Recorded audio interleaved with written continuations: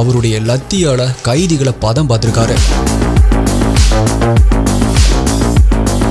So இத பார்த்த கைதிகள் எல்லாருமே என்னடா இந்த ஜெயிலர் இப்படி புகுந்து விளையாடுறாரு அப்படின்னு அந்த ஒட்டுமொத்த ஜெயிலுமே ஜெயக்குமாரை பார்த்து பயந்து நடுங்க ஆரம்பிச்சது. அதோட எஃபெக்ட் தான் நம்ம இன்ட்ரோல பார்த்த அந்த சம்பவம். இப்படி அவுட் ஆஃப் கண்ட்ரோலா இருந்த அந்த ஜெயில நம்ம தலைகீழா மாத்தி காட்டிட்டோம் அப்படின்னு பெருமைப்பட்ட ஜெயக்குமாருக்கு அடுத்த ஒரு வாரத்திலேயே 2 முக்கியமான பிரச்சனைகள் வர ஆரம்பிக்குது. அதாவது உடம்பு சரியில்லை அப்படின்னு ஜெயிலுக்குள்ள இருக்கிற ஹாஸ்பிட்டல்ல ட்ரீட் பண்ண முடியாம வெளியில இருக்கிற ஹாஸ்பிட்டலுக்கு போன கைதி ஒருத்தன் போதை பொருள் கடத்துறது, கட்ட பஞ்சாயத்து பண்றது அப்படின்னு அந்த ஹாஸ்பிட்டல் இருந்தபடியே இல்லீகல் ஆக்டிவிட்டீஸ்ல ஈடுபட ஆரம்பிச்சிருக்கான். பட் இந்த விஷயம் டிஜிபி வரைக்குமே தெரிஞ்சதால எதுக்காக ஜெயில இருக்கிற ஹாஸ்பிட்டலை விட்டுட்டு கைதிகளை வெளியே அனுப்புறீங்க அப்படின்னு சொல்லி ஜெயில் சூப்பரிண்டெண்டன்ட் மற்றும் ஜெயிலர் ஜெயக்குமார் இவங்க 2 பேருக்கு மெமோ கொடுக்கப்படுது. இப்ப இந்த சம்பவம் நடந்து அடுத்த 3வது நாளே, அதாவது 1999 நவம்பர் 16 அன்னைக்கு பாக்ஸர் வடிவேலுக்கு சாப்பாடு ஒத்துக்காம லூஸ் மோஷன் போக ஆரம்பிக்குது. சோ போலீஸ் அவனை ஜெயில் ஹாஸ்பிட்டலே அட்மிட் பண்றாங்க.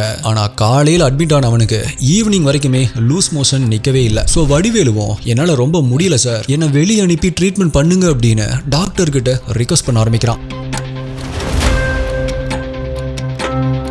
சோ டாக்டரும் அவனுடைய உயிருக்கு எந்த ஒரு ஆபத்துமே வந்துடக்கூடாது அப்படிங்கிறதுக்காக அவனை வெளியே அனுப்பலாம் அப்படின்னு ஜெயிலர் மற்றும் அந்த ஜெயிலுடைய சூப்பரிண்டெண்டன்ட் கிட்ட சொல்றாரு. இப்ப ஒரு ஜெயில் கைதி வெளியே போகணும் அப்படின்னா அதுக்கு அந்த ஜெயிலுடைய சூப்பரிண்டெண்டன்ட் சைன் பண்ண ஒரு பெர்மிஷன் லெட்டர் வேணும். ஆனா ஜெயிலர் ஜெயக்குமாரோ வடிவேலுவை வெளியே அனுப்பி அவன் ஏதாவது இல்லீகல் ஆக்டிவிட்டீஸ்ல ஈடுபட்டான் அப்படின்னா மறுபடியும் நமக்கு தான் சார் கெட்ட பேர் வரும். சோ அவனை வெளியே அனுப்ப வேண்டாம், அவனை உள்ள வச்சு ட்ரீட்மெண்ட் பண்ணுவோம் அப்படின்னு ராமச்சந்திரன் கிட்ட ரிக்வெஸ்ட் பண்றாரு. அதை கேட்டு அவருமே அது சரி அப்படின்னு பட்டதால வடிவேலுடைய பெர்மிஷன் லெட்டர்ல சைன் போடாம அவாய்ட் பண்றாரு. சோ இப்ப ஜெயில் டாக்டரும் ஜெயிலுக்குள்ளேயே அவனுக்கு தீவிரமா சிகிச்சை கொடுக்கறாரு. அன்னைக்கு நைட்டு ஒரு 10:30 மணிக்கு வடிவேலுக்கு லூஸ் மோஷனும் ஸ்டாப் ஆயிருக்கு. சோ அந்த டாக்டரும் அவனுக்கு இனிமேல் சரியாயிரும், நான் காலையில வந்து பாக்குறேன் அப்படின்னு அப்ப டியூட்டியில் இருந்த அடிஷனல் சூப்பரிண்டென்ட் கிட்ட சொல்லிட்டு அந்த ஜெயிலுக்கு பக்கத்தில் இருக்கிற அவருடைய குவார்டர்ஸுக்கு போய் ரெஸ்ட் எடுக்க ஆரம்பிக்கிறாரு. பட் அடுத்த சில மணி நேரங்கள்லேயே, அதாவது நவம்பர் 17ஆம் தேதி அதிகாலை 2:30 மணிக்கு தூங்கிட்டு இருந்த அவருக்கு ஒரு டெலிபோன் கால் வர ஆரம்பிக்குது.